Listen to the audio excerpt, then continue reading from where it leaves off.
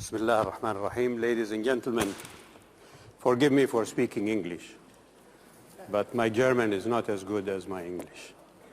However, I think when we come to human affairs, whatever language you speak, people will understand.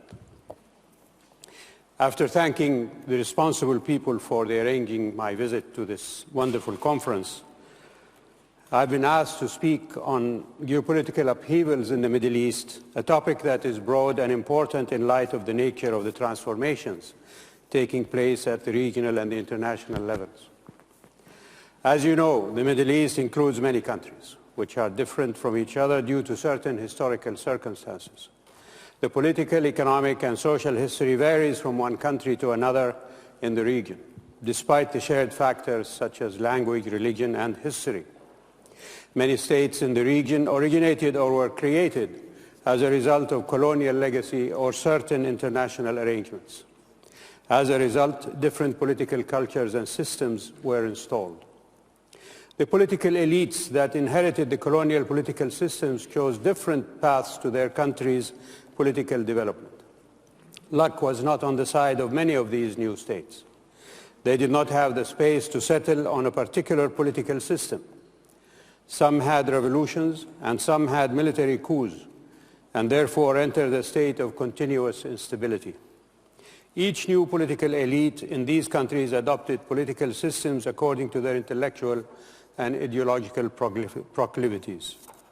They therefore did not allow their countries to achieve normal political development that responds to the aspirations of the people and bring the required stability to achieve economic, social, cultural, and scientific development.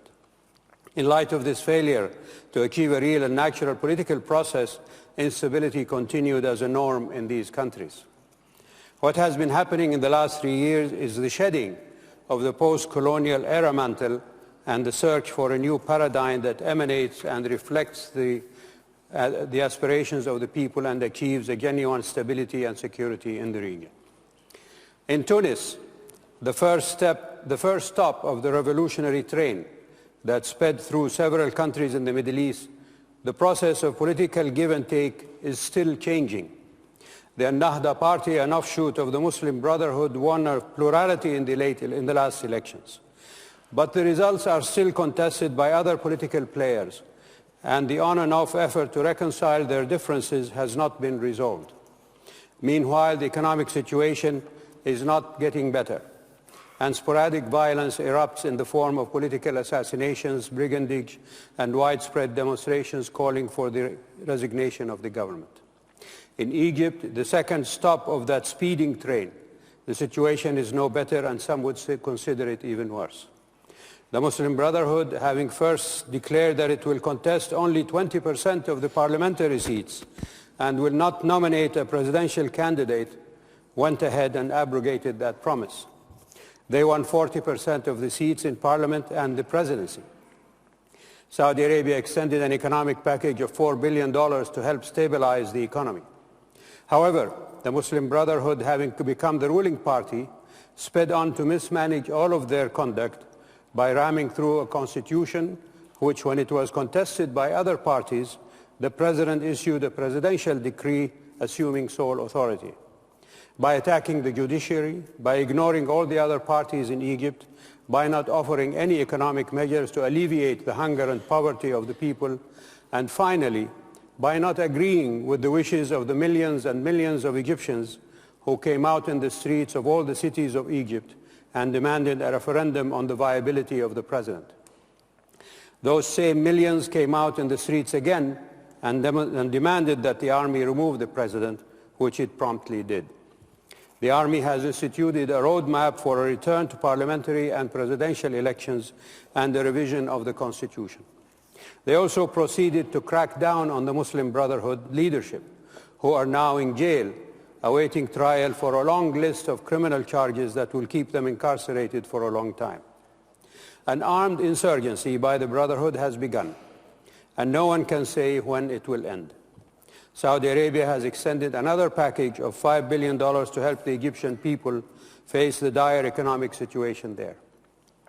In Yemen, civil war erupted and several contesting parties are striving for ascendance. The splinter Zaydi sect of al-Houthis is trying to dominate the northern part of Yemen and actually crossed into Saudi Arabia a year and a half ago, or 2 years ago, attacking Saudi villages along the border. They were repulsed by the Saudi armed forces and suffered heavy losses. They are now fighting against Sunni Salafis for dominance around the city of Sada in the north. And in the south, a southern insurgency is actively seeking to secede from the north, and Al-Qaeda continues to inflict terrorism on the Yemeni people. The kingdom, along with other GCC countries, have engineered a political process whereby the then president stepped down and his vice president became interim president and formed a national unity government which is holding a national dialogue and attempting to write a constitution in order to hold parliamentary and presidential elections next year. The kingdom there also has extended a large economic package to help in alleviating the poverty of the people. In Bahrain, the Shi'i political groups and party began a civil disobedience campaign, and some of them actually called for the overthrow of the king and turning Bahrain into an Islamic republic, a la Iran.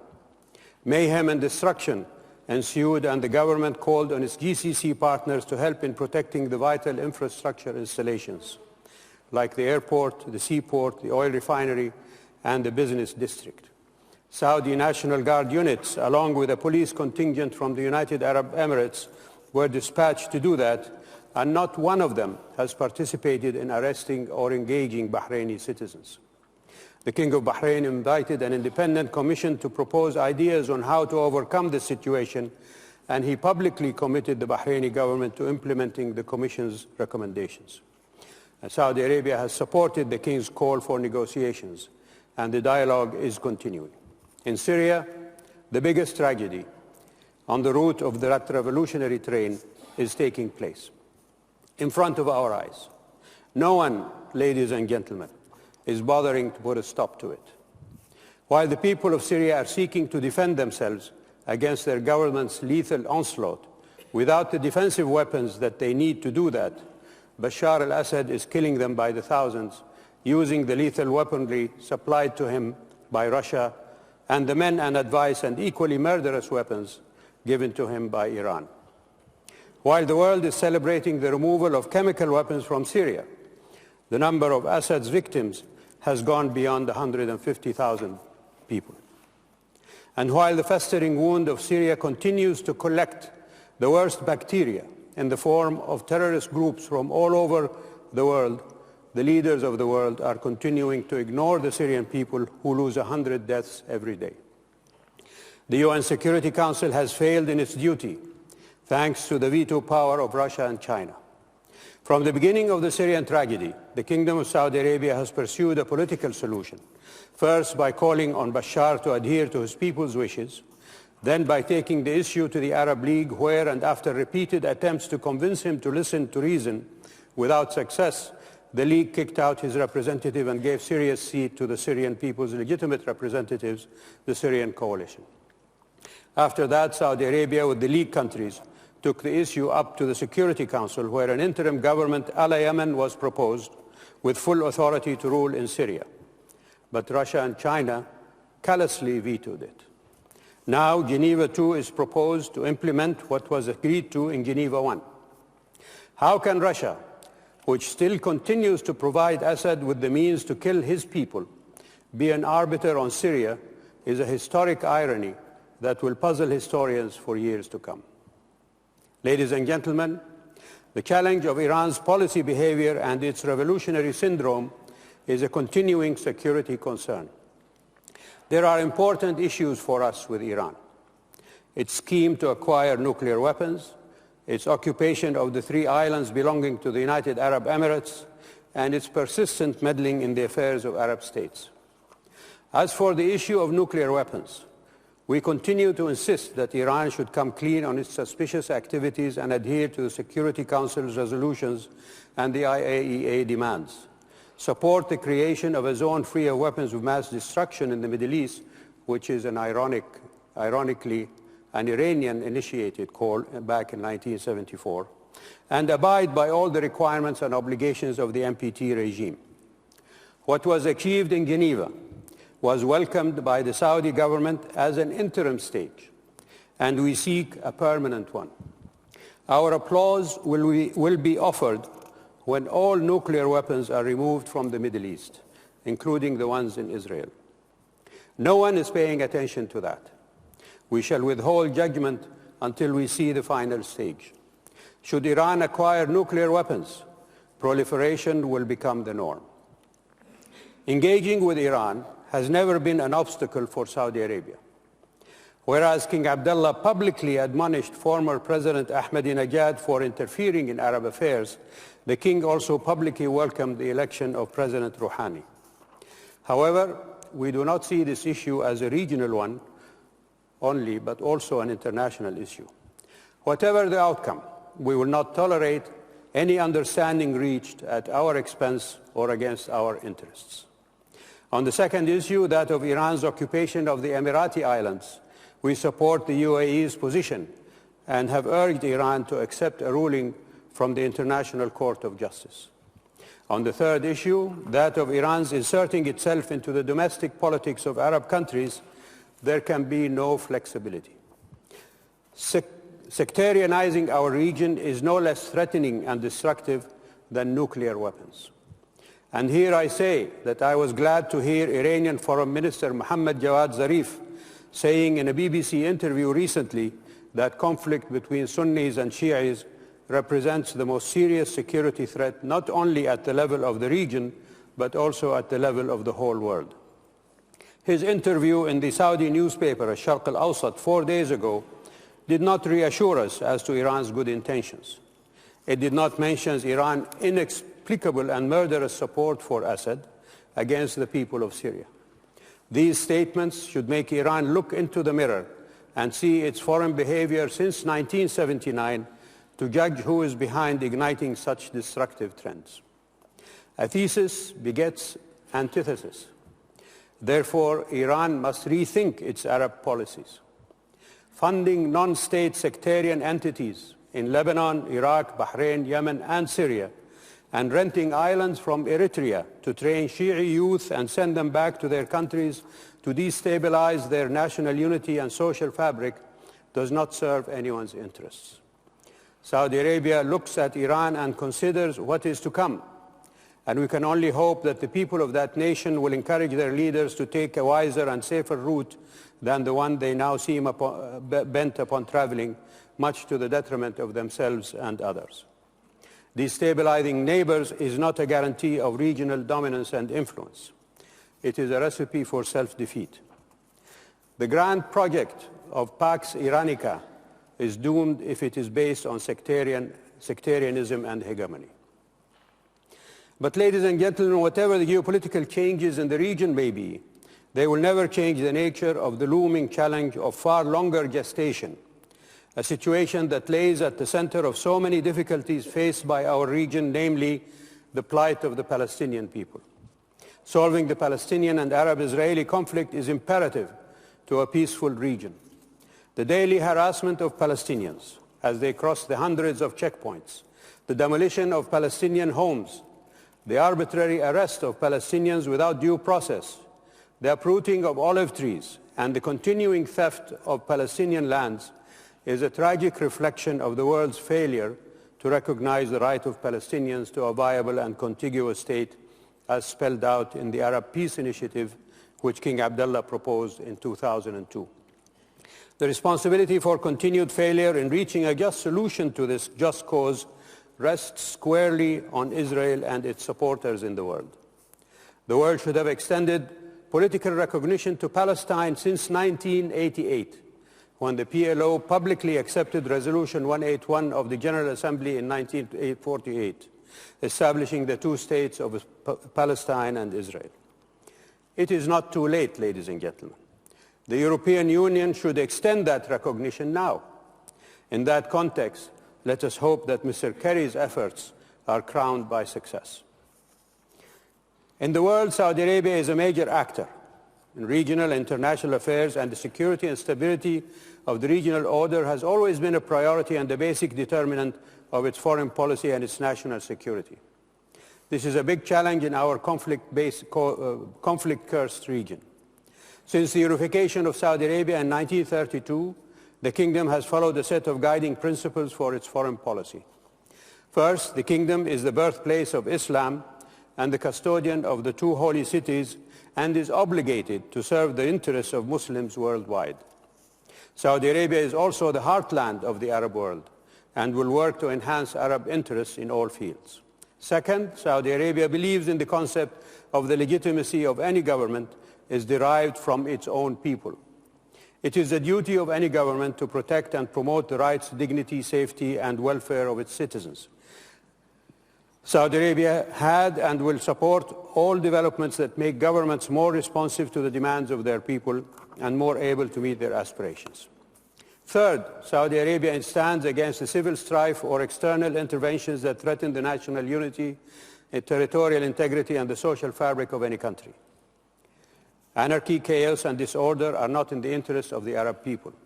In this respect, our only interest is that countries that have witnessed dramatic changes begin to stabilize and proceed to a brighter future. And fourth, we believe that transnational ideologies, whatever their connotations, do not recognize and admit the existing nation-state system constitute a major threat to the national and regional order, and therefore Saudi Arabia stands against such trends. Fifth, we believe strongly in the importance of having the best possible bilateral relations with all Arab countries on the basis of mutual respect and working through regional international institutions such as the Arab League, the Gulf Cooperation Council, the Organization of Islamic Cooperation, and the United Nations on common issues in order to preserve stability and security worldwide. And that includes the rest of the countries of the world. Sixth, Saudi Arabia believes in international law and international treaties and conventions, and in the role of international bodies in implementing such rules and norms in order to preserve regional and international peace, and therefore it complies and respects such rules and institutions. But no threat is more dangerous, ladies and gentlemen, than the absence and lack of world leadership in international and regional security and stability. No region is more threatened by this than the Middle East. Therefore, calling for restructuring the world order is a legitimate and pressing call. Reforming the UN system, which is a metaphor of the waning international order, has been on the agenda of the international community since the early 90s of the last century. Alas, all calls fell on deaf ears despite the continuing talk of the need for such restructuring to reflect the new realities of the world. And in this context, I recall what the King of Saudi Arabia and the custodian of the two holy mosques, King Abdullah, stated 2 years ago in light of the Syrian crisis. He said, and I quote, "The confidence in the United Nations is shaken, and no state, no matter how powerful, can control the world, never by reason, ethics, and equity." Ladies and gentlemen, I know I'm passing my 10 minutes, and I see signals from the floor telling me to cut it short, so I will do that. But nevertheless, here's what Saudi Arabia calls for.